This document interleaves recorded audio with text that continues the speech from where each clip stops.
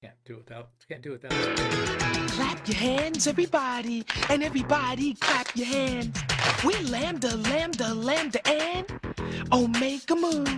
And we've come here on stage tonight to do a show for you. We got a rockin' rhythm and a high-tech sound that'll make you move your body down to the ground. We got Poindexter on the violin, and Lewis and Gilbert will be joining in. We got Booger Presley on the mean guitar, and a rap by little old me, Lamar. We got Takashi beating on his gong. The boys and the moves are clapping along. And just when you thought you seen it all, along comes a lambda 4-foot tall. So worms will come on out here on the floor, so we can work our bodies like never before. Break.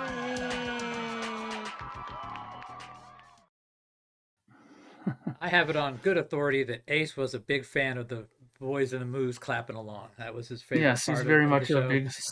He's a big supporter of that. Yes. Yes, he was all about it, and so. Hello, Kevin. Hello, AZ Mick. Yes, rest in peace to Ace Frehley. Yes. Space Ace, the one, the only. Yeah, we had a very long, we had like a 2-hour live stream on Saturday on the KISS FAQ podcast discussing our, thoughts on Ace's passing and his influence on us Hey, and Andy. stuff like that. So it's been a very interesting couple of days. We are blessed to have the Pope with us. Why don't I see his picture? I see his picture from below. Yeah, I don't. Hold on, let me add the scene. But now it says he's offline. And he's frozen at the bottom there too. Yeah. Oh boy. Hopefully he can get that sorted. Let's see if I can kick him and see if he has to come join back in. Yeah. Where'd he go? But yeah, so it's been interesting talking about our influence, or how he influenced certain people and stuff like that. Oh, it looks like it's working now. There we go. You get me back? Yes. Yeah, gotcha. My bars were really low, but hopefully I'm back here. So yeah, so it was a very interesting time to talk about things like that. I mean, people within the KISS community sort of have an idea of, things with Ace were not exactly always, too good lately. Like he had issues, of course, health issues and stuff. I mean, like he was in his mid-70s, and a lifetime of partying up and stuff doesn't help either, right? So, but I have no official news of what the cause of death was. I'm sure that'll come out, eventually anyway. So that's not. I mean, I heard he'd been in a coma for a while. So yeah, well, I can't confirm nor dispute that, but I'm going to let the people in the know talk about it rather than me say anything. Yeah. You know how it gets people straight out of context, and then Well, I mean, I think we all know that he's no longer with us. Well, yeah, that's obvious. That is the worst studio, and obviously it was pretty bad. Maybe to his head, Yeah. Now there's going to be people saying, well, he fell in the studio because he was high. There's no evidence or anything, to say that. Is he really using that much now or not? I mean, no. I mean, he claims to be 20 plus years sober, but I mean, let's put it this way, I'm sure any one of us could trip over a carpet or trip over a cable. Yeah, I busted my shoulder, dude. Come on. Yeah, so there you go. I mean, it doesn't take that to do that. The Andy G said the Eddie Trunk podcast and subsequent shows were very good. He was very choked up talking about it. Yeah, but he's one of those guys though that I have a little bit of issue with. I mean, the guy no sooner than he was already barely, even they didn't even pick out a casket yet for him, and he was already starting to dump the news about stuff. I mean, give me a break. Give the family a little bit of time to kind of get over it before. Yeah, Trunk has a history with Ace. He's the guy that got him signed to Megaforce, right? Hang on a second. I just listened to that Eddie Trunk episode, and he said, and so he was in the middle of his show. He's like, "Oh, look, I can't deny my phone's blowing up. Everyone's finding out." He says, "I'm not going to officially say anything." I'm not, and he didn't say anything. He was just repeating what he said. He said, "I'm not going to say anything until the family comes out and says whatever." So okay. I listened. Well, because I mean, yeah, but there was stuff before apparently that he put on his messengers and stuff like that people that I know that are within the KISS world were not happy about. But whatever, that's neither here nor there. We're supposed to be here celebrating the man, not talking crap, right? So. Oh, I Yeah, ain't so talking. start shit, Vance. Come on, man. Well, You I may be just the got Pope, here. man. Jesus You may be the Pope. That doesn't mean you can just start talking got shit here. when you get here, dude. Jesus You know. Christ. So yeah. By the way, I like that bootleg record behind you there. Very nice. Yeah, I did a video on Oh, that. I'm like, Did it, do I have a bootleg behind me? and this is the April Fools. Yeah. I did a bootleg series on this. I didn't get all 4 covers, but yeah, this is pretty Very good nice. actually. This is from the April 1st, 1974 Cleveland show, the WMMS broadcast. Mm-hmm.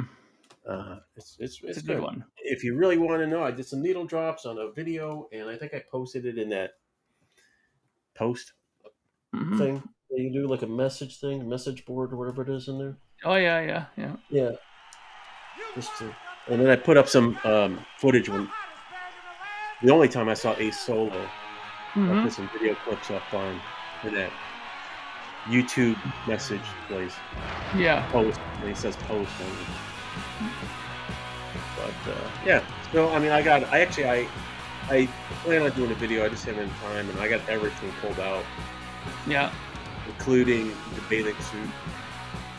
Very nice. There you go. Yeah. The bathing suit. Yeah. So that'll make an appearance. I got all kinds of, just the stuff that I had, and I was gonna do some type of. It is interesting, though, that Patrick played this first off, as you may or may not know, the same day that Ace Frehley passed away. The 50th anniversary box set of Dressed to Kill was released. Yeah. And it is out, and it has the complete versions of the Cobo Hall show and the one in Davenport, Iowa. Those were 2 of the shows that were used to make this album. And they were remixed by Eddie Kramer, and they are with warts and all. There's no, you'll tell the difference between Alive and these versions, right? I wish they just release them separately. I mean, that box is. I saw the box set; it looks really cool and all, but man, that's a lot. And then I feel like I didn't get the others. Yeah. Well, I'm gonna get the CD one. I never get the vinyl. The vinyl is way too overpriced for me. Yeah. Yeah. Well, I don't know. Does the CD? CD has the same thing. It's just instead of the vinyl, it's just the CD. Yeah. That might be a way to go. Yeah, that might be. That's only like maybe I'll wait for your review when you get it. Yeah, I'll let you know. I love shit like that. I love when they put the live stuff, like you said. That's the raw 2 shows they use. Yeah. So and that's like when I got that UFO box set, The Strangers in the Night. It's like all 6 shows that were kind of. For those of you who are kind of in the know here, in November there's a KISS convention thing going on in Vegas, and that thing they're having a live thing with Eddie Kramer and a guy who runs Rhino Records, one of the label guys there, and they're saying that they're going to announce a live 50th box set that will be coming out, which will have the other 3 shows in their entirety that were made from this Cleveland show, the second Cobo Hall one, and the Wildwood, New Jersey show as well. So for you people who love this album, there's more to come. So. And a lot of Ace. So, Mark, how influential was Ace Frehley on your guitar playing? He was very influential, and it's funny because when I started playing guitar at first, I was very much into like Iommi and Alex Weiss and these guys. But when I started playing with my friend Ted, and we made a band together, he was into Kiss, and he was huge into Ace. Right, he had Ace everywhere in his house, like pictures of everything. And I started getting into him a lot more because of him. We started doing covers of his songs and stuff. And listen, he's far from the most technical player that you've ever heard. It's very much all just pentatonic scale stuff, but he has a great feel. He has very memorable solos. I mean, you could probably hum or sing along to half the solos he writes. So isn't that the sign of a good solo if you can hum along to it? Yeah, I mean, look at Maiden concerts and you see all those European people singing along to all the guitar solos, right? Hey boys. So will you be donning the underwear tonight, Vance? Is that a? No, I'm not. Bathing suit. Bathing suit. You don't respect it, Patrick. You don't respect the cross that provides. Hey, VGR. I mean, you're Andy, probably not Darren, Cleveland. not I theologically mean, you should clear. watch it. I'll put it on. I'll put it on. So you're probably not theologically clear to show the bathing suit underwear. So yeah, It's not. It's a bathing suit. I don't think the Vatican would approve of you showing it. I'll put it on. But that's okay. Don't push me. The song is Yeah, actually shut down based on a real true fast. story. On the car accident he had with his DeLorean back in '82 or '83. 83. Yeah, we'll sit inside.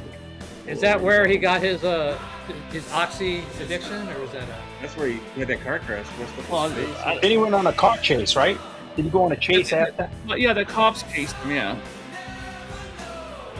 It's just a great story about it in his biography, No Regrets. It goes through the whole thing. It was him and Anton. Apparently, Anton was involved in there somewhere as well. Somewhere. He was in the car and he told Anton to get out of the car. He let Anton out and then he went in the cops chased him. But he was a good enough guy to not get him involved in it. You know what I mean? Well, yeah, Anton played on all this stuff, didn't he? Yeah. Him and Anton developed a sort of very interesting cough syrup addiction. If you read that book too, they got this special cough syrup that got them really screwed up if they take enough of it, right? So, Hey, Bill. yeah. Hey, Eddie. You mean Raymond. like codeine cough syrup? Yeah, that'll fuck you up. yeah, it's Wasn't this during? That's why he wasn't on the Creatures of the Night. He had that accident. He was out, or no? He just didn't show. he wanted out long Is that right before there? Like Paul Stanley is there's a great story about that too. Where Paul Stanley went on a plane flight with him, asked him not to put the band, and he said that later on he goes that he didn't even remember having that conversation with Paul, and that Paul even showed up to his house one time, asked him to come back, and he just said that if he stayed, he would probably have Oh, killed yeah, himself. make me big. That was it. He was too out of Did you it. see that? East is back, and I told you so. There you go. Yeah, that was the line. That was the lyrics there. Yeah, he Did you was see him he on was that John at all? he went What's on that? the promo tour. Sorry, go ahead. Sorry, Mark. Okay, go ahead. No, I was going off topic. Yeah, I was just gonna say that Ace did go on the promotional tour though for the Creatures of the Night album. He went to Europe and all those places looking to promote it, but he never played anything on the album. He never, there's only that debate about whether he did. This guy said he did, this guy didn't. There's no evidence of him playing on anything that's on record.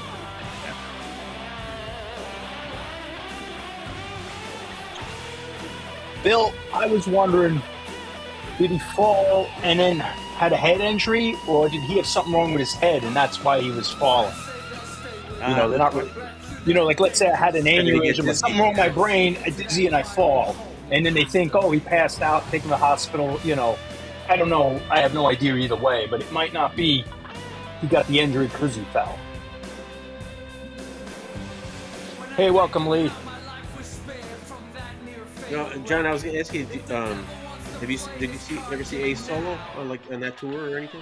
I saw this tour. The first Oh, one? nice. Yeah. Cool. I think it was you. Was he opening? Was he Oh, opening yeah. for He someone? was a special guest on some of the tours too, right? I feel like he was opening. I'd have to feel go through my bad. tickets. I I can't feel bad remember. that literally the last time I laid eyes on Ace, I was trolling him in a parking lot. So I feel Trolling horrible him? about that. Yeah. I've told the story where we had to open for him, and his crew was being dickheads, Yeah. So we were yelling like, "Hey Ace, Gene called. He wants to put the band back together again." That kind of shit. He was playing if he was playing at a shitty club, and so that was the last time I laid eyes on Ace Frehley. Yeah, I saw that Alice Cooper, when he opened for Alice Cooper about 2 years ago, 3 years ago. Yep. It was after Yep. the pandemic. He just also- did Kiss songs. Yeah, he also Yeah, I saw him. him 2019, and he did he did his bigger solo song like that one, Rock Shoulders, and I think Into the Night, stuff like that. And then it was mostly Kiss songs, though. First vocal, right? His first Kiss vocal. Yep. First Kiss vocal. They wanted him to sing already as far back as Hotter Than Hell. He didn't have the nerve to do it. finally convinced him. Plus, he didn't want to give this song up for someone else to sing. That's why he finally decided to do it. Good evening, Corey. And headline White Lion. I wonder if I saw them White Lion. I saw White Lion, I believe. Actually, I was invited. I couldn't make it out there, but a buddy of mine invited me to go see Quiet Riot and White Lion at the current versions. They were playing out at St. Charles. But... Oh yeah. Oh, I didn't call him. I said, pretty much there's nobody original in Quiet Riot. Well, isn't Sarzo in there now? Yeah, that's the only guy. Yeah, that's it. And he came back. So It's funny. He wanted nothing to do with like. He wanted nothing to do with like when Benally was running the show, right. And then when he died, then he comes back. I mean, it's so stupid. Like, why would you come back? Like, it's just you. I mean, really, I'm not going to go because of a bass player. I mean, you got to be like, you know. Who was the original guitarist before Randy? Carlos Cavasso? Randy was the original. After Randy, Carlos Cavasso. The guy that was on. Is it the guitarist I'm thinking that he was on the album, but he's not in the picture or whatever? I think in the second bass player, maybe? Maybe he was the bass player. I feel like it was the bass player. He was on the record, but he was out of the band by that point. You know, he wasn't in the pictures. Well, in like I saw some documentary. I don't know if it was on. It was the Frankie Benally where he autographs it, and the guy says, "You aren't in the band." He's like, "No, I was." I'm on the record. It's just yeah. I think it was that Frankie Benally documentary. That's I totally referenced that from. I remember. That's a great thing. Yeah, you're not in the picture, but I played on it. Sure you did. Yeah. A lot of that happening for sure in those days, man.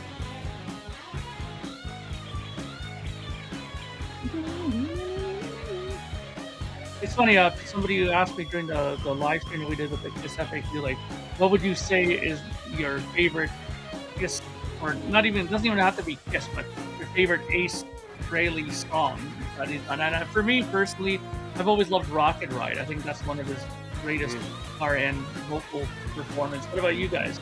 If you want me to go off, I'll tell you. I almost thought about, I don't make videos, I'm very lazy, but like I was going to make a video just dissecting this song. I think it is, I don't even know if it's a crowning achievement, but it is like the epitome of Kiss. And I don't know if I should go on a tear. We have nothing else to do, I guess. But Coming Home was the song that Ace co-wrote with Paul. Yeah. And I think it is a perfect example of Kiss where it's a simple, like Kiss, I think of none of them are virtuosos, but they were all competent, but they all knew what to do. And Coming Home is like a simple song, but if you really listen to it, like it's A, B, but the second time they go into the verse, like they double the vocals. It's just genius song, but it's so simple. It's where everything works right. I think Coming Home is a perfect song. It's it's very easy to write a simple song. It's very hard to write a really good simple song. I'll go one further. On the Hotter Than Hell version, if I thought really nothing to talk about, really very badly recorded and kind of terrible. But when they did it on the MTV Unplugged, that song gained a whole new appreciation level. That's the version I want to hear, and that's the version I was listening to one back, and the production is just so muddy 70s on that. But it's the exact same version. There's no changes. You know, it's exactly, even the tempo, everything is the same. I went back and forth, but like what a genius thing is where they double the vocals. Like every little segment of that song is perfection. Oh yeah. You know, like they end, like the groove in the beginning, like, it goes like G to C to G, and then the second time it ends on the D on the 5, so it's got a little bit of a, it leaves you hanging. Then stops, the drums come in, he goes right in with a killer line, sings the A to short B section, then they double the vocals on the A section, and then the chorus, instead of having a big happy chorus, it's got that descending line. So it's almost like a introspective melancholy feel. And then they come back to the A's part, and he sings it alone again, because you're coming out of there. It's like, I'm overanalyzing, but it's like, it was just natural, them doing it this way. And then, now we all come in together on the B this time, and then stretch the chorus. And then at the end, they have a modulation. For no reason, there's a modulation like just for like 4 bars. It's genius. Yeah, I mean, like I said, nobody. The funny thing is, we always had this great debate about that. That was one of those songs where nobody cared about it, nobody talked about it until MTV Unplugged came out, and then everybody all of a sudden were buying acoustic guitars and learning how to play that song because it had such a huge impact. A lot of those songs translated well onto acoustic. You know, like the songs faster. Because it was a well-written song. It's not complicated. It's not like genius songwriting, but everything is just competent. But when you put it all together and pile it up, it ends up becoming a perfect song. Yeah, and it's not based on like a perfect song like Van Halen. You got virtuoso, and then you got like power of personality of David Lee Roth. Not a great singer, but just such a powerful, charismatic guy pushing it. Or you have Little Richard, who just was, you know, he could sing Happy Birthday and it would be crazy. You know, so it was like the personality. These guys just had 4 competent guys putting these parts together. It's perfection. Like if I could do that, you know, it's just amazing. Yeah, I agree. I mean, a lot of stuff that they were overlooked on and not appreciated for, but you know, it's sad that when something like this has to happen to go so deep into what the Ace contributor. It's funny because somebody put an article out saying that there's a good possibility that, you know, per capita, Ace really has inspired more guitar players than any other guitar player on the planet. You know, which is an interesting thing to think about if you think about that. And it makes perfect sense to me because what would make you want to play guitar more? Ace's playing or Eddie's? I mean, Eddie, you listen to it, you're like, wow, it's great, but I don't know if I can do that. I listen to Ace, I like it. Wow, I think I can do that. Eddie, I almost think Eddie influenced more guitar players than, you know, like all the guitar players who were playing Kiss songs and playing Black Sabbath. When Eddie came out, he changed the way of guitar playing. Yeah, he changed people who were already playing, whereas Ace started playing. And Kiss's fan base realistically was like 5-year-olds to 15-year-olds. So, like, most people, that was their entry music into rock music, other than top 40 or whatever. Like, but to have their favorite rock band, because that was Van Halen. A lot of people already heard music, AC/DC, whatever they might have heard, but Van Halen wasn't the first rock band people heard for the most part. Vance, what's your favorite? There was a lot going on in '77. Are you not a Kiss fan, Malia? What's your favorite Kiss album with Ace on? But that's Malia. That's the litmus test for rock and roll. Damn, man, that's a hard one. Once rock and roll becomes for like 18-year-olds or 20-year-olds, it's not really rock and roll. It's like it's a different type of music. Rock and roll is for kids and adults who are young at heart. You know, Mark, you know, just for sake of argument, I guess it would be Shock Me because it was just that first song and it just stick. You know. What about an album though? What album? Oh, is it the solo stuff? Or even Kiss. Like, what's your favorite? Well, I mean, I liked his. I mean, obviously his solo album with you know, out of the Kiss the four of them that they did. You know, you do a good job of it. I loved that. That was the only one I bought, and unfortunately, I first bought it on 8-track. So if I would have bought it on record when it came out, I would have had all the stuff with it, right? Yeah. I didn't get the other ones until much later. In fact, I think I inherited it from somebody that gave me a collection. That, and start to finish, I love every song of it. Then the first one, right on, Mike. I bought that when it came out. I didn't get Second Sighting, and then I got some of the other ones from Record Store Day, the reissues. I had that live. Was it Live Plus 4 or something like that? Yeah, the Live Plus 1. Plus 1. I had that on CD, and then I don't know what I did with it. I must have. I don't know what I. Did you get any of these, Vance? Did you get the Origins albums? No, you know, and I almost bought that. Was the not Anomaly, the one with the rocket on it? Oh, Space Invader. Space Invader. Mark, who wrote Rock Bottom? We got a question. I can't remember.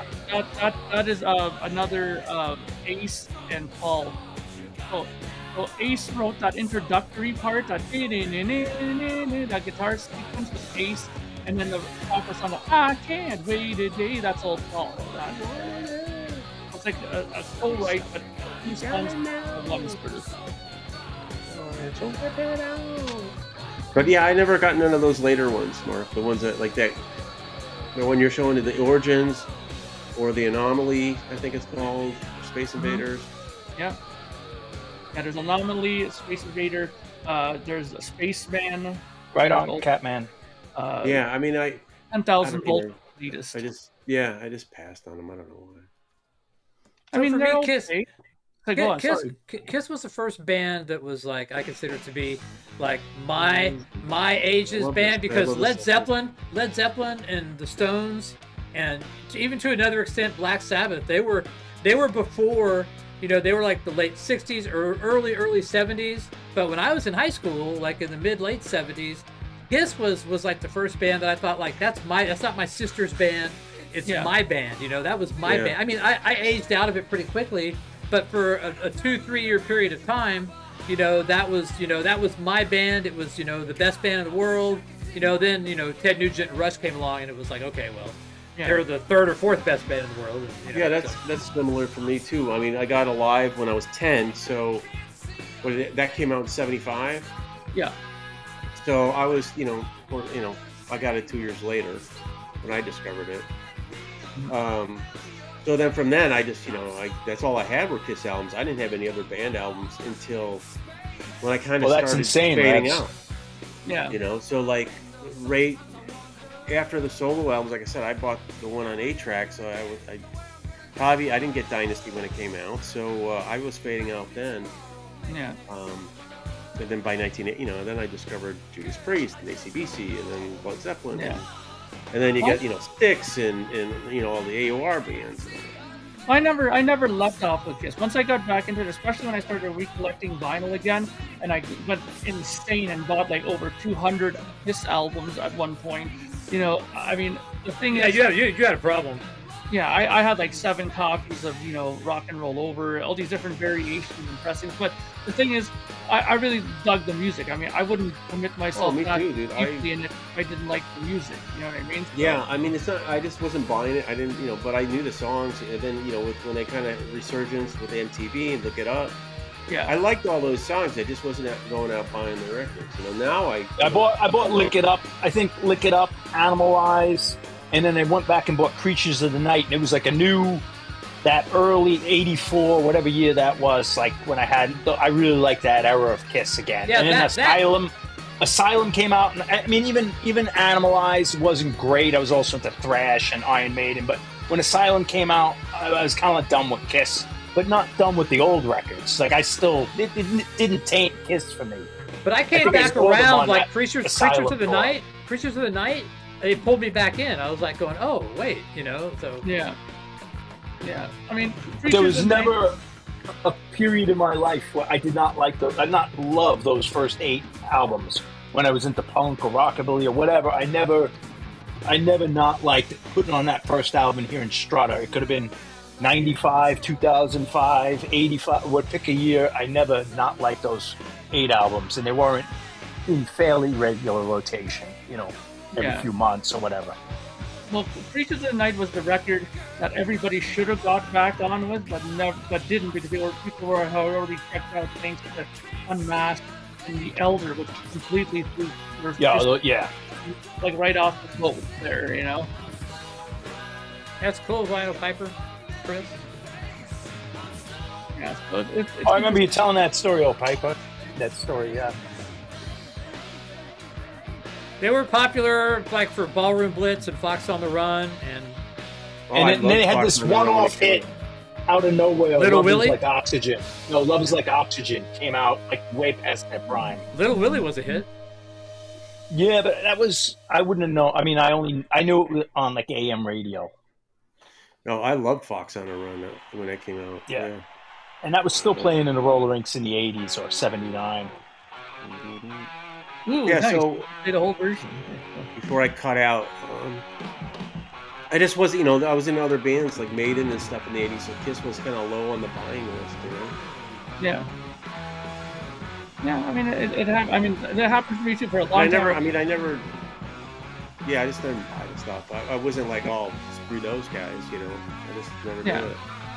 Yeah, exactly. I was the same way. I was a huge into Maiden for a long while, and then after when I got to like the X Factor and Yeah. Note, it completely was like out. Like, Now time Yeah, to I pour didn't- one out to the spaceman.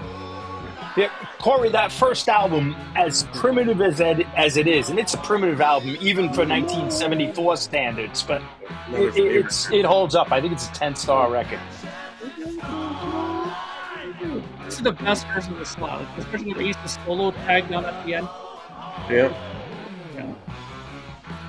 And then people, and this came up too because Mike McCready put out a quote about this. He was a big Ace fan. You know, he loved Kiss too. Was one of his Everyone, biggest fans. all these people, maybe I'd gotten the algorithm because I hit like on everyone's Ace pictures, but all getting his Ace stuff from all different, like, famous people, artists, musicians, people who dressed like Ace in 1977. It was just going non-stop. Welcome, David Donnelly. Cheers to Ace. There was, hey, David, Rev.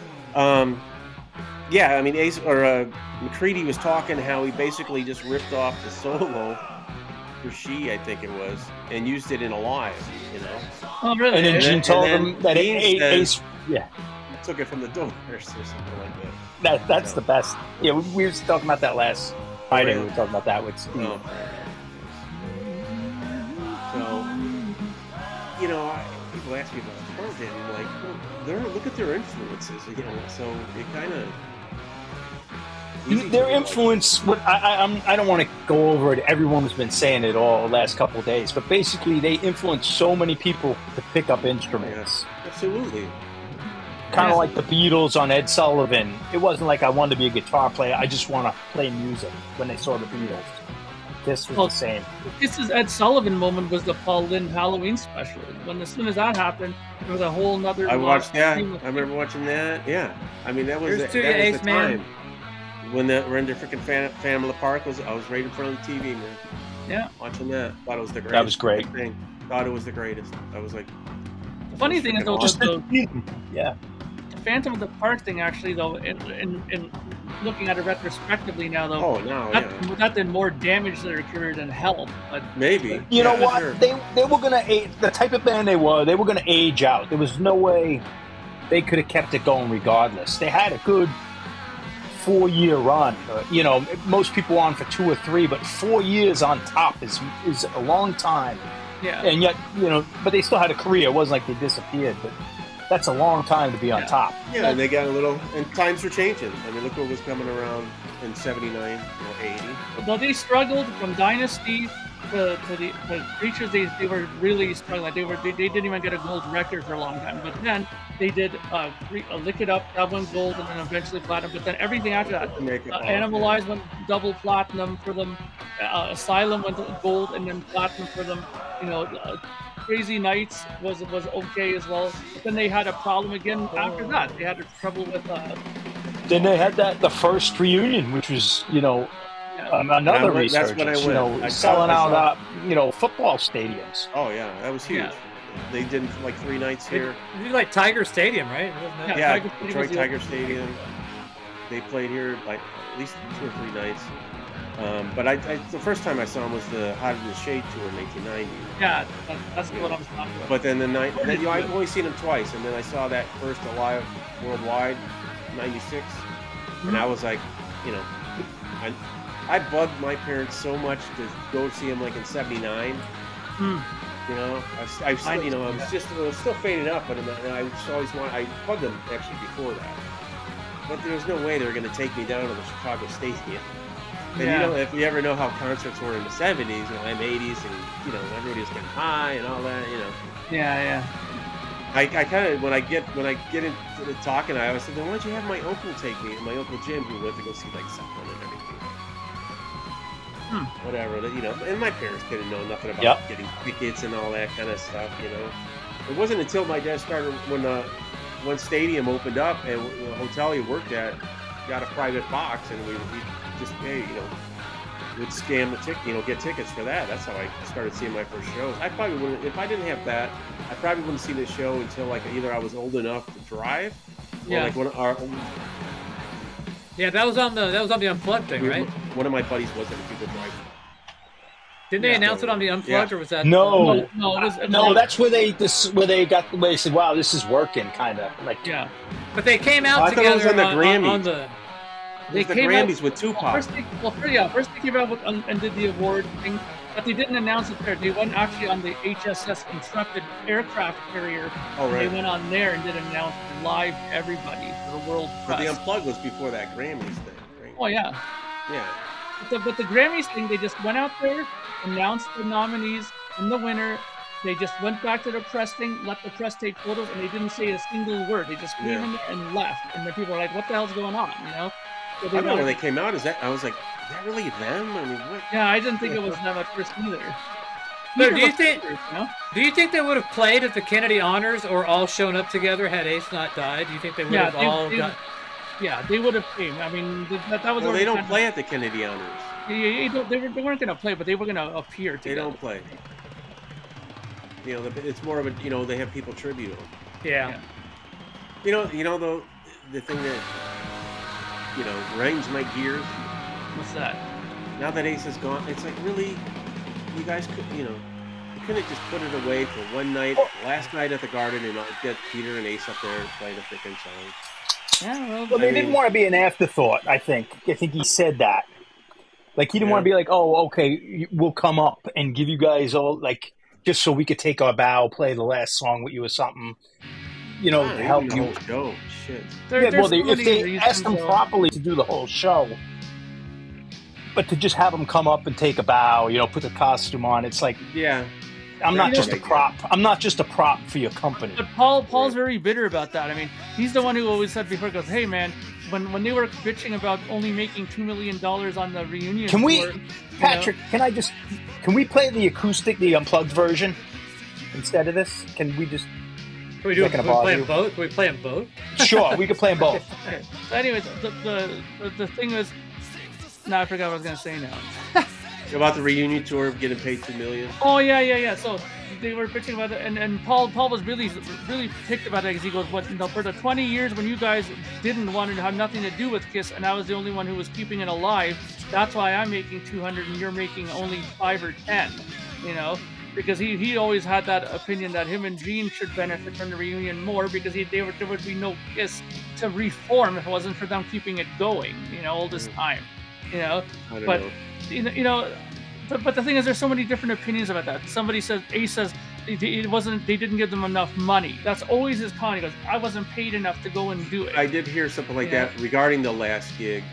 About how, sure, pay me $1 million, I'll come up there or whatever. Yeah, and they would never do that. They would never give. They would not let Ace have the last word on that. Yeah, but it probably was about respect too. If they brought Ace in, we're doing our final tour, we want to do this with you, and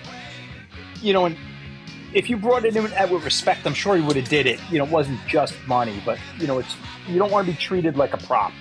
Brought in, here's our old guys, so we could all take the bow. Our show looks better. You guys go back home. But they did say though, and I mean, as much as I love Ace, I have to, the musician in me kind of has to say I kind of agree with Paul, is that at this point in their career, Tommy and Eric Singer are much better musicians and can play the songs much better than they would have sounded with Peter, Chris, and Ace now. They're like, have you seen an Ace show? Yeah. He's like drunk Keith Richards. Like, he's like hitting the chord. He'll come up to the mic after, Yeah, even those video clips I put up, he's missing strings. Paul and them never thought that was cool. They thought that was crap. So yeah. Well, they're running a show. They're serious people. Yeah. So I mean, but but at this time, all these points that we're listening to now, that worked for Kiss. How they were at this point, Like, listen to this stuff. I mean, it's not exactly tight as hell, but it sounds awesome,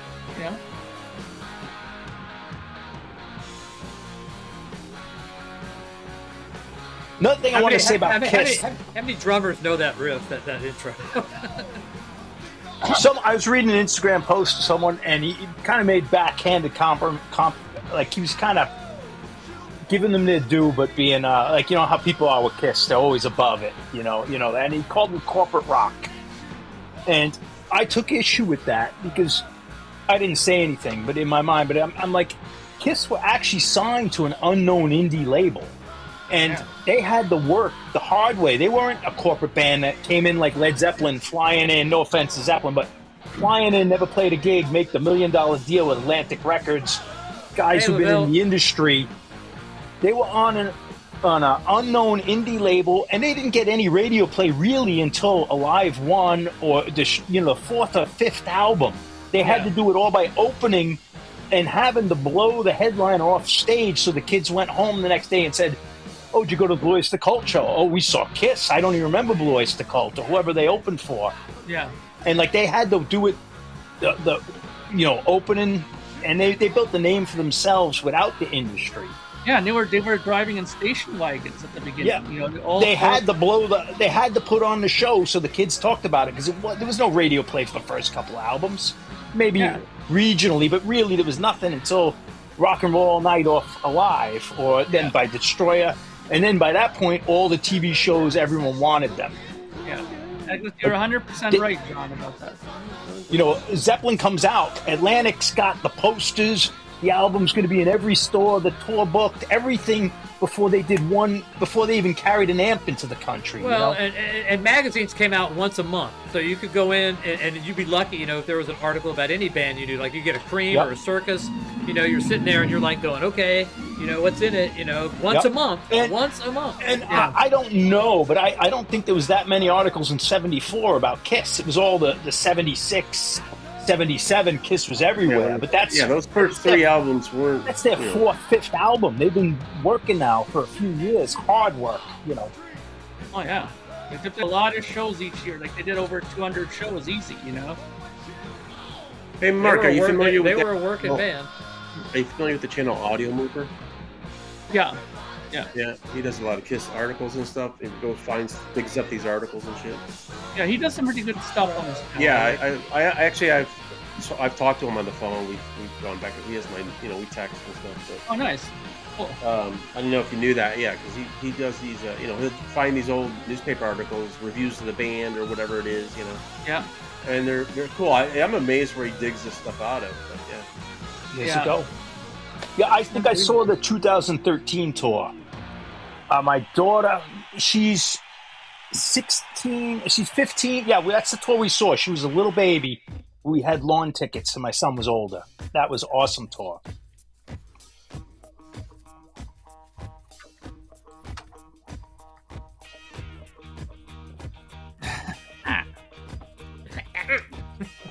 Best of. Hey, Curly. That's one of the songs for sure, man. So this is the original was Hello. Yeah. The band Hello. But I saw an Ace interview the other day, and he goes, it's not even, I didn't even write the song. It's by this band Hello People. And Hello People is a completely different band. You know that band? It's like a cheesy band of mimes. They're like four Elton Johns. It's like he didn't even know what band did the original. So were they on Kirshner or were they on Midnight Special? Were they on Kirshner? I think they were on Kirshner first. But were they on Midnight Special? Oh yeah, Midnight Special was very well. Was it? Well, I'm sorry. Which one was first? That one in like '75. The very first one was In Concert. ABC's In Concert. But it was like late at night. Yeah, but that was Don Kirshner's In Concert, wasn't it? Yeah, Don Kirshner's In Concert. It was. But it was like almost early. It was when they were putting on like a lot of unknown bands were happening. Yeah, they did like Firehouse Deuce, and they did other song, I remember. For a lot of people, they didn't know that, but it was the Paul Lynde was the first primetime network TV. Like, yeah, well, that performance on Midnight Special is fantastic. Like that version of Black Diamond is incredible. Like Rhett Berry and Peter Criss completely trashes the whole kit, throws the bass drum into the audience. It's unbelievable. Like that was a great performance of that. I don't know how many kids saw that. Like it was more the rock kid. I just stay up late watching that stuff. Yeah. But I don't know in ’75 how many of their fans saw that. Yes, they did. A lot of fans came in '76 anyway, but they weren't staying up that late. Swift-O-Matic, they did play on the Dynasty tour. the very beginning of the tour, they did Radioactive, Hold On, what's that? Tossing and Turning from Peter's album, and New York Groove. As the tour continued, they dropped Paul's song Move On, and they dropped Tossing and Turning Peter's, and just Radioactive and New York Groove. Dorky, if you can handle one Elton John, you're a better man than me. I can handle Elton John. That Paul Lynde special is great from start to finish. Oh, yeah. Even like without the kid, there's so much going on. He's got like, he does the trucker song, like every cliche of the 70s in there. Was it like Witchy Poo and then the witch from the Wizard of Oz? Yeah, it was so good that every Halloween I watch it. Like coming up, I already have mine dusted off and ready for this Halloween to watch it. The other night I watched that Tom Schneider Tomorrow interview again. Oh, yeah. That's a great one. So it was Don Kirshner's rock concert. Dick Clark's in concert. You're right, Revs. Yeah, I forgot about that. It's Dick Clark's in concert, and then Don Kirshner's rock concert. Yeah, that's and then Midnight Special. Then Burt Sugarman's Midnight Special, whatever the fuck that was called. I should have remembered that because I remember they said that Dick Clark actually saw them and said, you know, good luck to them. And Gene was very taken aback that earlier in your career that Dick Clark was that nice to them, you know. Yeah, I think it's the four personalities, VGR. Like, I don't know if they're completely boring. It would be pretty exciting, like, if you were in the band with Gene and you're plotting the stage set and where we're going to go and what we're wearing. You know, it's a different attitude. But, yeah, if I'm hanging out at the bar, it's definitely with Ace if we're drinking and telling jokes. But that you can't have four guys doing that, or else you're going to be in a band that gets nothing done. Like, the thing is, you might know, I might know. Ace and Peter, well, Ace was the one who was always drinking and partying. Peter was the one hanging out with Ace. But Gene didn't hang with them. All he did is just fuck women. That's all he did. He went and just found girls. They had a hotel room separate called the Chicken Coop, where all the girls would stay in there. And one after another, they would go into Gene's room and he would sleep with them. Same with Paul. Paul was into that as well. They weren't into the drinking and the drugs. They were into the screwing, you know. Whereas Ace and them, they had their share of women as well. They were much more partying and, you know, doing the coke and the joints and all that, you know. Covering the hotel room with aluminum foil. So what are you supposed to be? I think this is self-explanatory. I laughed again when I watched that. Yeah, always tell me about your costume. What is it? I think it's self-explanatory. But like, I mean, it's just a lot of fun. I imagine, like, planning the shows and the tour and the ideas. Like, that's the best part, is hanging out like as a gang and just like, or coming off of a good show. Like, that's the most fun. Is like, I couldn't even imagine being Kiss for doing it for that long and that successful. But just like, if us four went out and played a bar and we're driving there and we're writing a set list, it's just, that's a lot of fun, the before and after.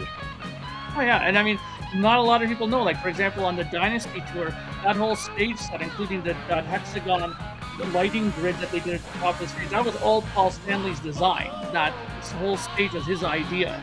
So, I mean, as they got more popular and had more money, they started buying other things. Gene? Yeah. Anybody in the band can get laid. It doesn't matter. The drum riser, the drum rising, like all that stuff. Yeah, Malaya would be surprised how many women he slept with. Have you ever seen the guys in Nazareth? They got laid. The guys in Saxon got laid. Yeah.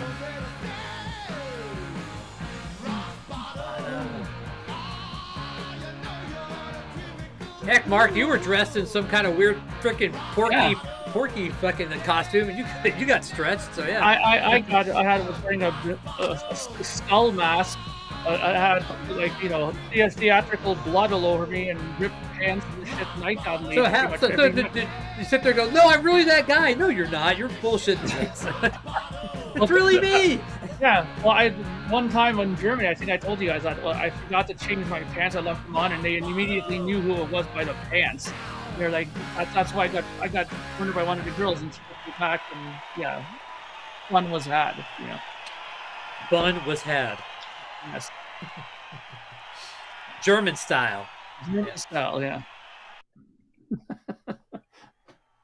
The schnitzel in the bun. So to slipped her the big one. There you go. Yeah. There you go. This is a genius song. Did you ever have any request, Mark, to like do the stretching as your character?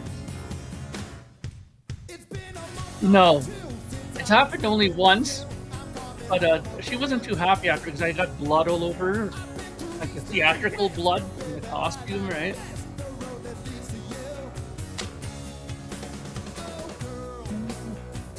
He's singing it by himself, and then up the, to keep it going up.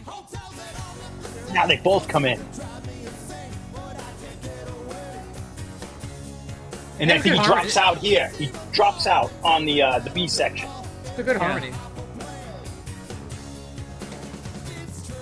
He's by himself now, but the next time they'll both do it to build it up even more. And it should be like a heavy thing, and it's all simple. Nothing's genius here, but no guitar solo. Well, we don't have as much blood as them practicing, but yeah, I can see the resemblance. Yeah. Now he comes out singing alone after this slow, like this sad part. That bass line. So good.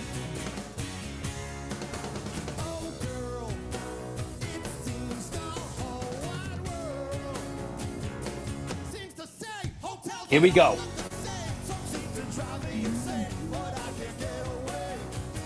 So what did like Bruce Kulick think about all? I mean, he's sitting there like going, this isn't looking too good for me. Yeah, right. Well, he didn't like the idea that they were, reuniting, obviously, because they were starting to build momentum. MTV did really well for them, as far as attention and stuff like that, and they were just getting rid of the Carnival of Souls, which I don't think would have did that great. Who knows? We can't speak now, right? But one thing that kept them low in the good books with those guys was that they gave them at least another year's wage when they were doing nothing. They were at home. Right? Well, because they didn't know how it was going to shake out. They were just like covering their ass because if it would have tanked, they would have been like, okay, But they still didn't have to do that. You know what I mean? But they didn't do it out of the goodness of their heart. They did it in case that thing was going to tank. All right, come on, man. Gene. Gene's not going to spend money like that just because of the goodness of his heart. Yeah, I mean, it almost did tank numerous times. Yeah. First collab. It's like, hey, dude, don't join Grand Funk just yet. It's like. I think that was actually a few years. Yeah, but it was. I know. I was just trying to. I couldn't think of anybody else he played with after Kiss, so it's like, okay. He just did like ESP and stuff like the Eric Singer project. They did a couple of things. They did like solo stuff. They should have had a band called "We Got Kicked Out of Kiss," something like that. X Kiss, EX Kiss. There is the X UFO band. Yeah. You've seen it. I think it was like Neil Murray, Danny put the original keyboard, the guy from the Heavy Metal Kids, Danny Petrol, Danny, and I forget.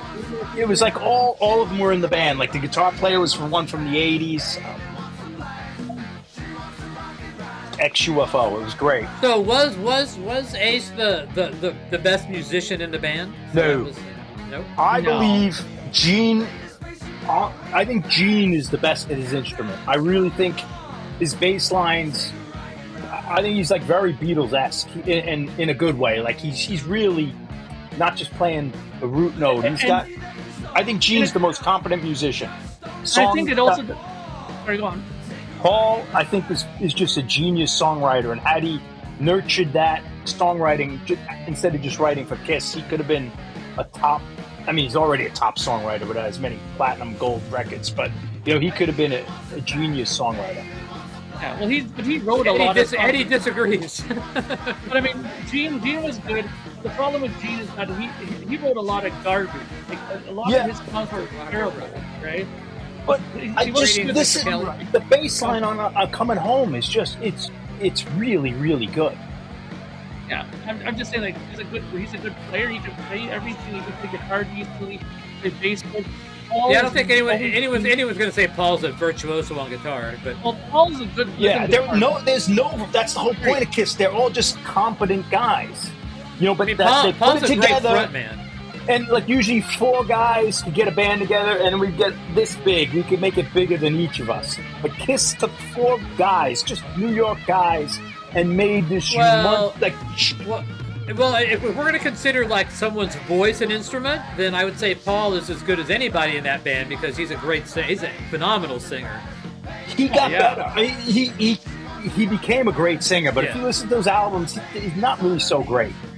Well, the early stuff. I don't want to say so great. I think they're great, but I mean, if I'm comparing them to Sinatra, you know, like Asylum, and you listen to albums like Crazy Nights, he was hitting notes that he would never hit again later. Like Creatures of the Night. He's top tier singer in Creatures of the Night album. But that singing is also what fucked his voice. Like all those songs that he sang in full voice, really high, it screwed his voice up after a while trying to do that. And the other thing that fucked up his voice was all those things in between the "I want to tell you people." All the banter. It fucked his voice up doing that all the time. You know. Well, he got old. He did. You know, he had his good voice for 20-something years before it faltered. You know, that's pretty amazing. From 74 to 94 or 97. You know, that's amazing. Steven Tyler, his voice held up for quite a while until the very end. You know. Yeah, but we're now talking the top tier, like Steven Tyler, Dio, Tony Bennett. We're talking top tier people. You know, most people's voice, they're done. You know, go see any punk rock reunion or something. And Ace solo stuff. But there could be also stuff that it was influenced by Ace. But we have to be careful with that because a lot of the stuff that was influenced by Ace was like the Zeppelins, the Jimmy Pages, and the Jimi Hendrix, and stuff like that. I mean, there's stuff on here that you could probably play if you wanted to hear something different. But you know, some of them would probably get us pulled down, like Jumping Jack Flash or I'm Down by the Beatles would pull us down. Probably Space Truckin', Yeah, Eddie, you're like most people. They dropped out somewhere by, Love Gun, Dynasty, like the solo records.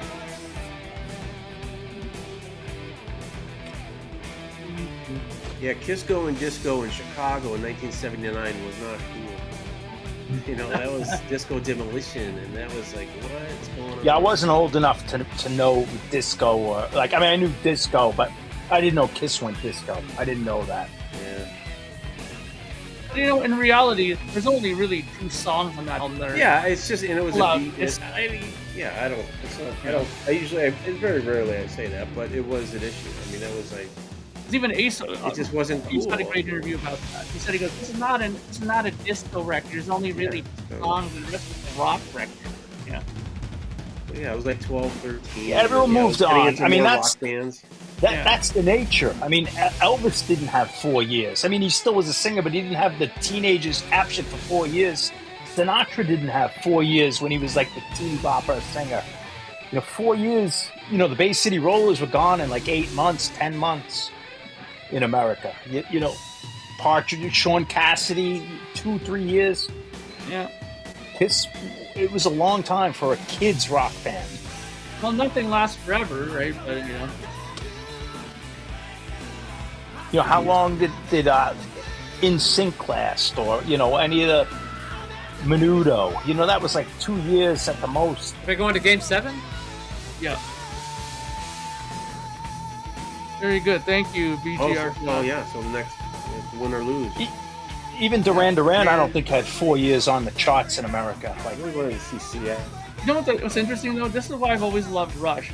They were never a band that was like a huge top 10 band, but they had a very consistent career through their whole existence. They never got to the point where they ever had to play clubs ever in their career after they got out of it, and they were always consistently playing venues that they were in. They either stayed in that side or went up. They never went down. It was one thing I always loved about Rush.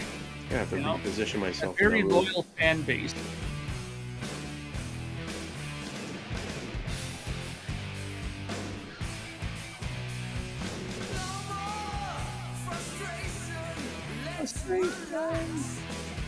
I only get these cutouts when we're streaming too. It must be just the whole stream thing that can't hang on to this. It's an attack against the Pope, is what it is. Yeah, it is. I think we need to. So Vance, are you doing another one of those live videos soon, or? Yeah, I just. Yeah, it's been a little while since I did one, but I'm still doing them. I'll have to do your. You have a request? Well, yeah, I mean, anything. I mean, you have a great collection. If you have any more Kiss stuff, Yeah, I do actually. Yeah, that'd be great because I mean, it'd be perfect should do timing. something like This, yeah. But I still have to comment on your Zeppelin singles. Yeah, I just did another one yesterday. Yeah, that was great with the whole lot of love. Yeah, I figured I'd show those that way. I figure a lot of people didn't see them. I don't know. A lot of people don't know about them. A comment or two. Like, I never even knew about stuff. Yeah, like there's a I talent. mean, I'm not getting the views. So is there anything on Kiss Killers I should play? Yes. Nowhere to Run. Play something. That's a great song. It's one of the studio tracks that they were forced to write. Partners in Crime. What were they? It was I'm a Legend Tonight, Down on Your Knees, Nowhere to Run, and I'm a Legend Tonight. Oh, I'm a Legend. I thought. Okay. I can't remember. I remember that. I bought that for the 3 or 4 tracks. Yeah, well, those are great. I mean, the funny thing is, those songs are incredibly good songs. Like only Down on Your Knees is kind of weak. I'm gonna request something that'll break this up a little bit. Could we hear Wendy Williams' Bump and Grind? That's the one track that Ace plays the guitar solo on. Yeah, that's Not really the best song on the album, but it's the Ace not song. yet, Eddie, but I'll be getting it though.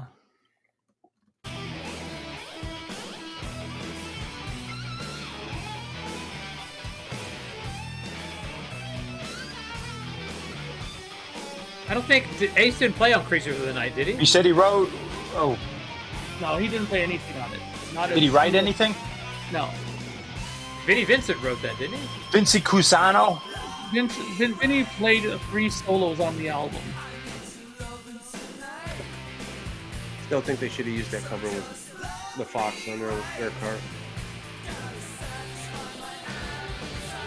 See, it's not all bad. Or Vinny. I have that alternate. I'm gonna cover get it, somewhere. Eddie. I definitely want to get it. They did use the Fox. I think you're thinking of the Yonk. Oh yeah, you're right. Yeah, Fox was on there. You're right. I'm sorry. Yeah, but having the 2 different ones, that might be a step too much. Yeah, I might have. I think that was smart not to put him on I there. have. The I Yonk was just remember stupid. The Yonk was stupid. You know, if they I came didn't out with those understand 2, it. I still don't understand it. I don't understand it. What is he? The Egyptian? Like, I don't know. Yeah. What was his As an name? Egyptian, Did they you could know? have done something more. Like He was the wizard, The Wizard. Oh, God. So hang on a second. Now, is the Ankh any lamer than Star Child? I mean, No, Star Child. Yes, Star looks good. Everyone could do that at Halloween. It was easy. yeah. Star But it's Child, still- the name is pretty bad, but you Yeah. didn't know what that meant. Was he from outer space? Like, Yeah. but the Ankh is ridiculous. The Ankh is like it's Egyptian. It's like it's, Yeah, but it's not a character. Like everyone had So- like faces so of hold a on, character. when He's did just King- putting a symbol on his face. When did King Tut come over for that big tour? Was it around No. that time? Okay. He was around when Kiss was around. Not like it was 76, 77 that tour when Steve Martin had this, or maybe 78. But it was That would have years- made sense. That would have made sense if like for the Years King Tut before. thing if they did that. Okay. Yeah, I want to say it was 77. Whenever Steve Martin had that. Yeah, that's a step too far. illegal bootleg. Yeah. I can top that.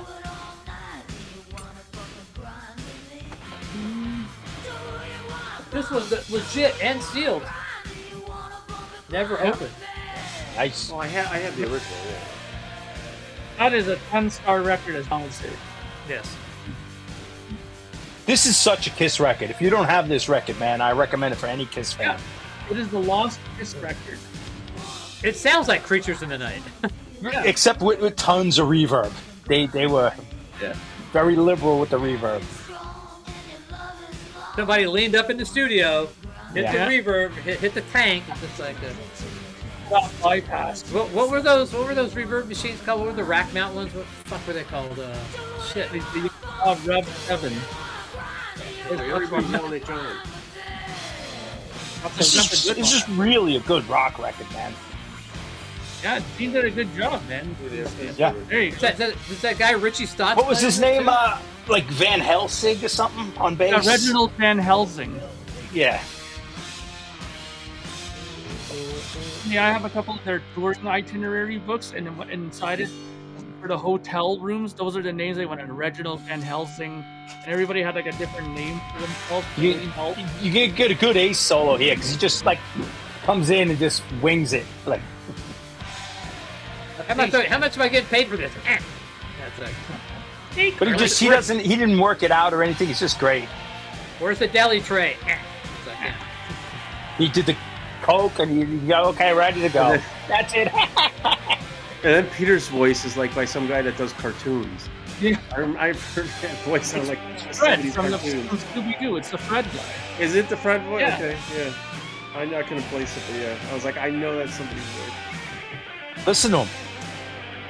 He don't care.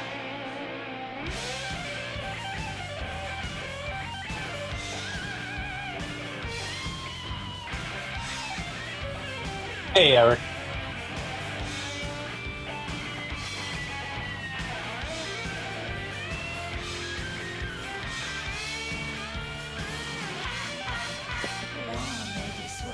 Easiest $1,500 he ever made. Yeah. Yeah, it was a good solo though. I mean, you Yeah, can hear it a was lot of fantastic. those lines. You can hear in a lot of other Kiss solos too. Yeah, it was just all. Yeah, I think it's wonderful. Yeah.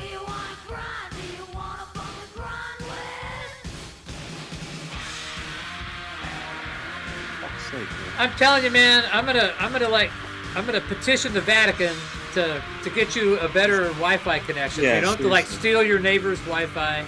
You know. Swear to God.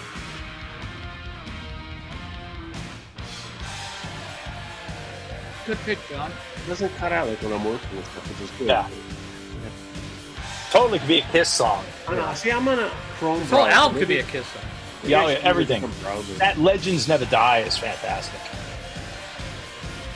Yeah.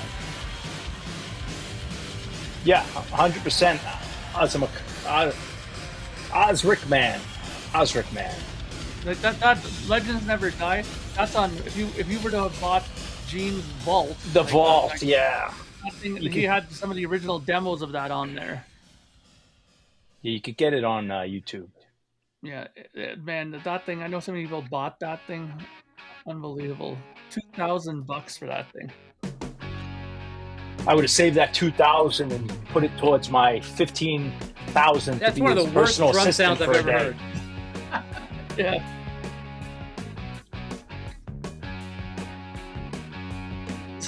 This song was so cool.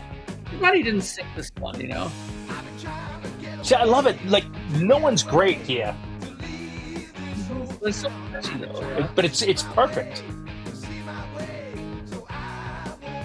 It was all done with little small amps at the Electric Lady studio. Cleveland, I imagine 2000 Man is going to be the closing track because it is just perfection, and it's one of the rare examples where the cover is superior than the original. Oh, yeah.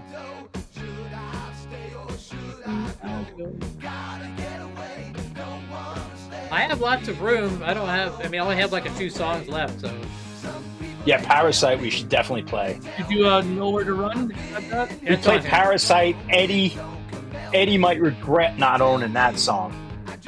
Eddie will never admit. Do you want the live version or the studio version of Parasite? What version of Parasite? Oh, the regular. Okay. I mean, I prefer the studio. Can you also play Making Love from Rock and Roll Over? Oh, another great one, man. Making Love all night. I really like all the songs off all that. That first 6 albums, great. I know you're not happy with Destroyer, but I'm gonna make one controversial pick because I'm gonna swear I have lots of people who back on this. One of the best songs Paul ever wrote is from a record that everybody hates. We played Tomorrow from Unmasked. I don't care as long as it's not the Elder. Oh, it's a no. I remember seeing them on Fridays.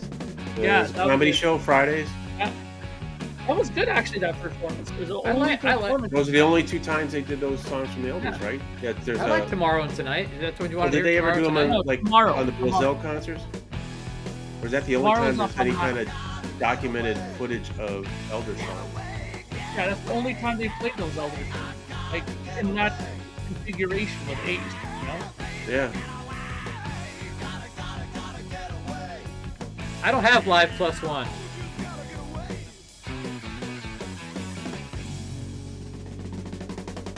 I could probably get away with doing a show on the Eagles, but as soon as I finished it, like 10 minutes later, it would be off the internet. It'd be done, you know. This is a rather great song. If they didn't catch you in 10 minutes, I'd report you, Patrick. I think John's secretly like on his phone, like YouTube police. Yeah, hey, yeah. Block this. So what's the thing you were like? here's the URL. Report this. Here's the URL. I'll tell you, Go turn it off now. To be a real Kiss fan, I have to say that it's too bad you don't have the original Eddie Kramer demo of this version of this song. Yeah. That version is much superior to the album. Actually, all those songs are the Kramer demo that he did before they released their first album. This is a tough album production-wise. I didn't realize as a kid, but it's very dark and like a veil of mud almost over it. All of it. The monitors were switched every other day at Village Recorders when they did it. They got gear stolen. Paul's guitar got stolen. He didn't have a lot of this stuff. You know. Oh yeah, no, I understand. I'm just making an observation. I love this record's one of my favorite records, you know. But yeah. This is where Ace needs to be. Get the Ace doll. Come on, Vance. That's like the perfect time for the Ace doll. I mean, blowing it, dude. oh, I believe you, Cleveland. I believe you. I mean, there's tens of thousands, if not 100,000 of kids.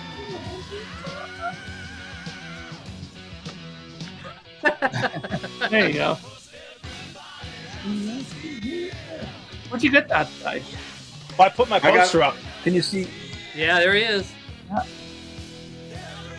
Oh, nice. Popular, very How old popular is that, poster. man? Is that like a 70s one? It's a 70s one, but I bought it in the 80s, so it might have kept Did it pressing come them. out? Did it come out of Free Magazine or anything? Or is that No, that's a one you had to buy in the store. Like, you'd go through the Spencer's? rack and say, like, no, there was no, well, there might have been Spencer's, but it was like B7, and you'd have to go up to to the wall and find B7. They have that panel of posters. Yeah, You'd like thumb and through it them would and say you go. B7, and then you go to the boxes. Yeah, and then you follow, yeah. I have a Destroyer one, too. The album was cover, cool. that's nice. It was a Kiss poster. It was the first rock poster I put I on had my to, wall. I had to dig what a pain in the ass it's going to be tomorrow, because they were all rolled up in this tube. And once you take them out, like then I gotta have to roll every one of them as tight as I can. Yeah, I got those Zeppelin ones in there. I got hundreds of tubes. I got that black and white Zeppelin one's my favorite. That was my older cousin's the first album photo. Oh, you know that one? Man. Yeah, that promo. Where Robert Plant's got like a perm. Yeah. Yeah, so you got a lot of posters, like Zeppelin posters. I have. You should do an episode on some of them. I gave you the Swan Song. I know I did. Yeah, I have that, and then I have all the posters that I had in my room. Watching you, watching us. The Pope got hijacked again. Yeah. God doesn't like the Pope talking about Zeppelin.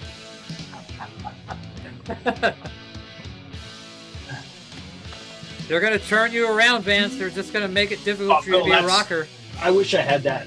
They should reissue that for the what do we call the 250th anniversary next year? What is that? 150th? No, of America. The bicentennial. Oh, okay. It's called the I forget what it's called. Like next year is going to be the same thing. Bicentennial plus 50. I doubt it'll be near as patriotic as it was in '76, but. Yeah, this song's great.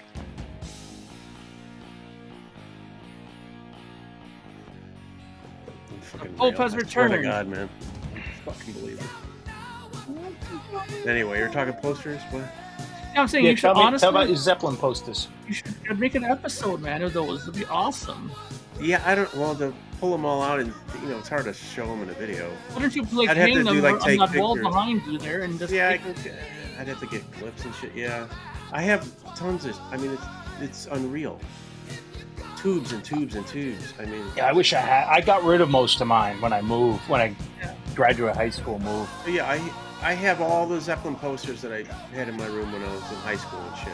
Yeah, I have all my middle school posters, but all like my Iron Maiden, I had like my older ones I gave to friends because we were still into metal, or like some friends were. So there's a lot I sold on eBay, you know, but I kept on the Zeppelin ones. And that, I was telling you, the first Kiss one got destroyed in a flood. You know, it was like, you know, Dad moved out of the room, and then there was some. My dad, when he worked at the hotel, the record labels would come in and do like promotional stuff there, right? Yeah. So he would bring home these promotional items, these posters from like Atlantic Records, and I remember a few of them. And I had like a big like 𝐶𝐚𝐫𝐫𝐤 album cover thing that you see in the stores. And there was one that had like, it was showing all these bands on Atlantic. It was Foreigner, and it was like the train tracks, but then there was all these other bands on there holding like gold records and stuff. I mean, that's what I remembered. I don't remember who was in there, but I'm like, God, I wish I could have had it. And it all got trashed. And then I had like all this old 70s, like Reggie Jackson. I think I may even still have that one. But like there's Elton John, there was Peter Frampton, all these like total 70s posters, you know, just you know, photographs, and that's what it was. So those all got trashed.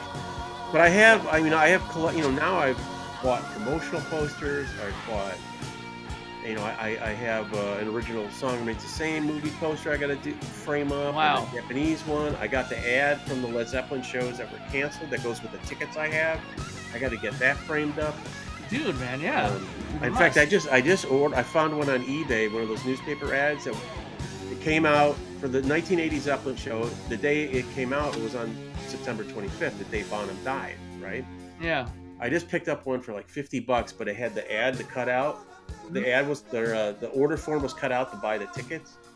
But for $50, I was like, that's a great deal, because a complete one goes for over 100, right? So I'm like, yeah. I'll get that. And that one I could like show, you know. The other one, the one that's complete, that I did pay a lot of money for, I want to get in a frame. And I have I don't know, 3-4 sets of tickets. Telling you, those posters, they're I got tons of posters, dude. When I worked at the record store, man. When I was running the record store, I got posters from there. I mean, like, did you have that Kiss one where they were the very first one where they're like in smoke and Peter Criss is holding his little dagger in his hand? No. That one, if you have it, that thing is like on eBay. I saw it go for like multiple thousands of dollars. Yeah, I believe it. Yeah, the one I had, it was like, I think it was the New York City one. Like, I think it was something like that. Yeah, that's what started this. Who had it? Someone had the Swift-O-Matic had the bike on top of New York City. Yeah, but they had the one where they were the like the Minutemen or whatever, you know, right, where they were dressed up with the Destroyer tour. That's a '76 tour poster. Yeah. But I was saying, Mike Spins top of the Empire State Building. Like, I do have. And then I got the poster from the show for the '96 Alive. You know, I want to frame that with my ticket stuff. But I do have a promotional poster. I think it's for what was it? They did like a comp right when they did the '96. You wanted the best. Yeah, you wanted the best. You got the best. Yeah, I have a promotional poster for that, and it's like 2-sided. So one side's like the album cover kind of thing, and the back is like a discography. Oh, nice. So I do have that. I don't know what else I have at Kiss. I'd have to think about it. But... And I did I ripped off a flyer, or it's actually like a 12x12. You can really hear their humble pie influences sometimes. Like, like it's like I'll probably show that in my Ace video when I do it. I got it all laid out here with the kind of guitar pick and stuff. I wish I got two.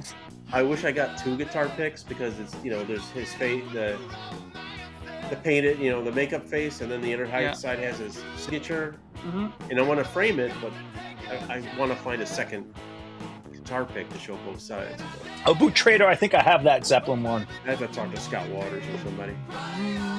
But Mike Spins, 1976, like, it was crazy patriotic. They had the flags with 76 in the middle. Here, I'll show you. I remember in kindergarten or a nursery school, like, I had all the plays were like patriotic. I was like Uncle Sam, and that's the Disney World. Mickey Mouse was dressed like this and Goofy. This is a sticker. Nice. Wow. And luckily, I did not stick it. I had it taped like on my wall, so you can see the tape thing. But I never stuck it on anything. Yeah, keep that in good shape, man. They're worth a lot.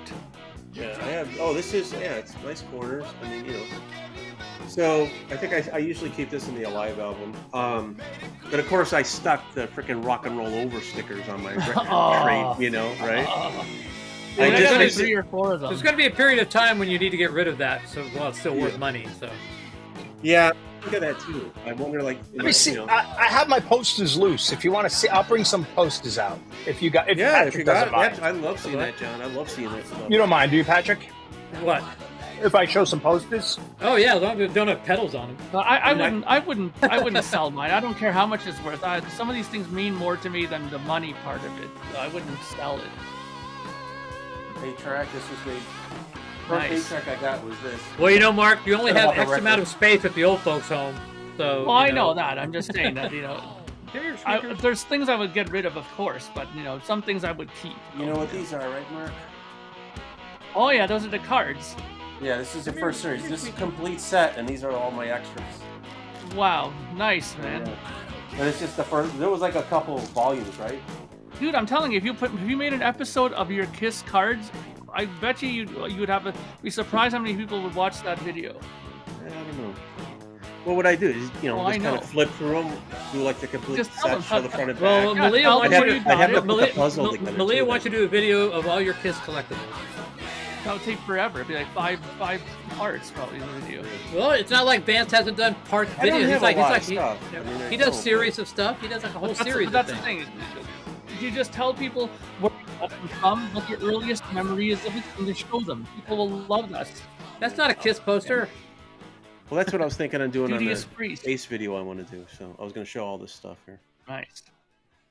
Hold on, show that a good priest one. poster again. Show the priest poster again. I want to see something. I want to see All right, where these ones are huge, man. Like So- this is a big. So I where's have Ian one like Hill? that as Where's Zeppelin. Ian Hill Those are- on this poster? I wish Yeah, I took that's, pictures. he's got one picture probably. I wish I took There he pictures is. of my room in high school, man. There he is. So one little picture on the bottom corner. This one is awesome. This is vintage.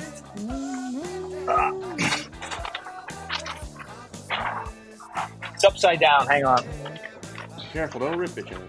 Yeah, you're never gonna get those I back. always like got they to should have catch been. myself when I do that too. Aerosmith. Oh, nice. 70s Aerosmith. Yeah, I have a Zeppelin one that's like that. Very big. nice. And then I had a banner that was like Good over one, man. over my bed, and then Look at I that had, shirt like, on a Tom monster Hamilton poster, there. a tapestry, Mm-hmm. or what? No, what do they call them? I used to have that There you go. poster. I used to Yeah. have that one. That one I had. Yeah, that's. These are the I think massive ones.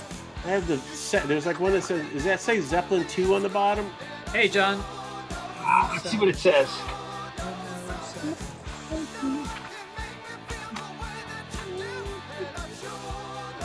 $1978, so it's past Zeppelin 2. Oh, No, it's okay. way past. It's like presents. It just says Led Zeppelin though, right? On the Yeah, very it just bottom says in Led big Zeppelin. print, right? Yeah, No, this I have, is the one. I think mine says Zeppelin 2, and it's like a same poster. It's bigger, but This different this pictures. one's an OG from my cousin. I got it.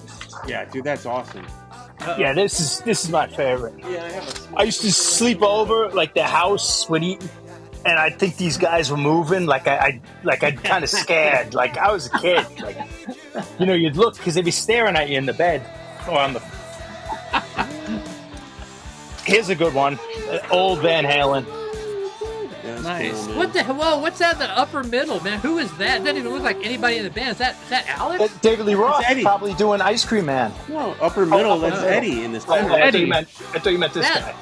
No, the one Eddie looks horrible in that picture. That's it. That's very young Eddie. Eddie. Dead in the upper center. Yeah, that's Eddie. Yeah. And Mike Anthony's never looked better than that picture. All right, enough. I gotta get this off the floor. I love Let me stuff mute. like that. You can take me down. I'll mute. That's why they're on tubes. I don't have the wall space to put that stuff up, but I just love it. I mean, I'm buying like Coda promotional posters, and I'm like, Nice.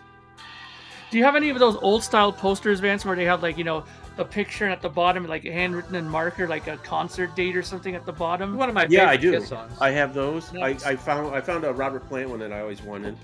But I have one when I was running the record store. There was a John Mellencamp, and it has the we wrote the dates in there, and I kept Yeah. it. Yeah. Nice. Love Um, those posters. Yeah, I have a Plant one that I always liked, and I finally found one. I have that Mellencamp. I have a Firm one from the firm like that. Mm-hmm. Yeah. In excess one for Listen Like Thieves. Yeah. And it has like shows like all their albums, and it says on tour, and then the guy, us at the store would write in, Rosemont Horizon, March 6th, I remember. So, I got a bunch of those. Those I got from when I was running the record store, a CD store. Then we didn't have albums. It was the late '90s, so yeah. Patrick, you never had those kind of things in your collection, like posters like that? All my posters are on the wall, my wall. I've got posters all around me. This wall's full. But I mean, posters that I collected when I was a kid, no, I got rid of all those. But I had a few of those posters. Like I said, you could go to the Spencer's, whatever, and you go through the racks of posters.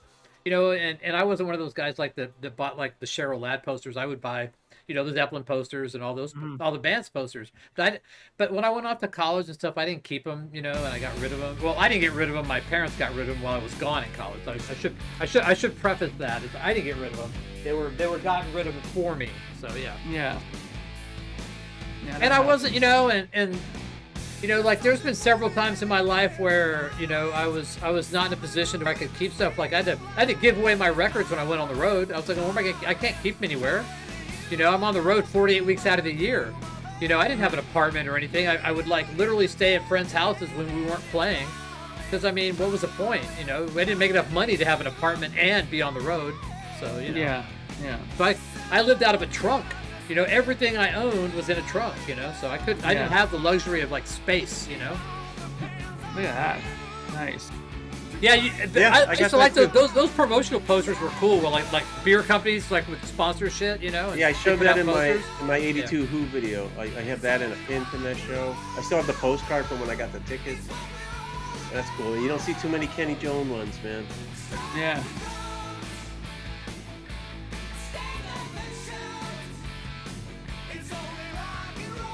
Last one. Nice. Destroyer. Come on, Sarah won't let you get those all framed and put them up around the house in your mid-century decor. Yeah, we do have stuff up in the house like Ramones. I'm sure. Yeah, I'm sure. I don't know if I really want to look at these. So, I like bringing them out. They're not. Yeah, I do the same. I unroll and then I gotta roll them all up nice and tight. I had to start marking like what was in what tube. Yeah, that must be like possible to know. Yeah. So when I look out here, oh God, you should frame that one. There you go. When I look out here, I can see UFO right there. I can see Rush, the Rush poster from Hemispheres. I got the Aerosmith bootleg poster. I don't know why I have that Eagles poster up here. It kind of creeps me out nowadays. Yeah, I got a Black Label Society beach ball. I got show posters from the last few years, like Cactus, Mayfield, 1,000 I got the big cactus. I got a Cactus poster that's huge, man. It's like it's a fucking big poster for a band for an album poster. Zeppelin one's up top, up there. Nice. A Pearl Jam show stand. That was like a counter display from the record store.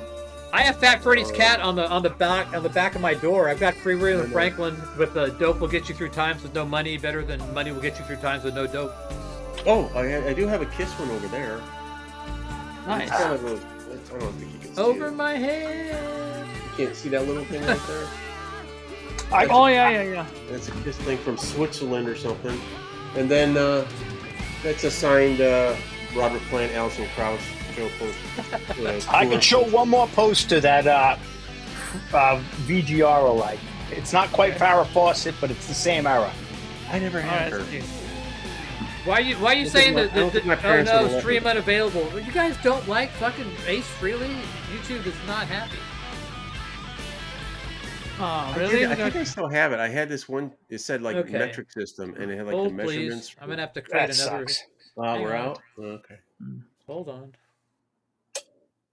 I'm telling you, we still gotta get those stream unavailable. It's only an hour and a half too. Usually it's after that 2-hour mark they start popping up. Anyway, yeah, I love all that kind of poster shit.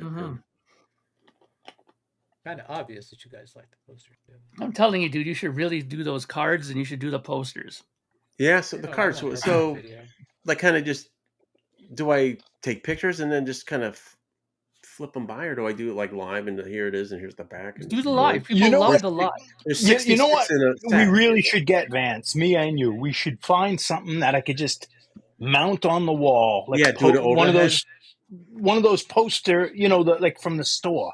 So Yeah. they're two-sided, and you just go like this, and like it could slide against the wall flat. So whatever one you have, slided. John, I had an opportunity to have one of those when we closed the record store. We had that, you see Somebody the tell Yeah. people we're going to come back. and I'm like, I need to take this, New stream. put my Yeah, I'm posters going to do a in new it, right? stream. Yeah.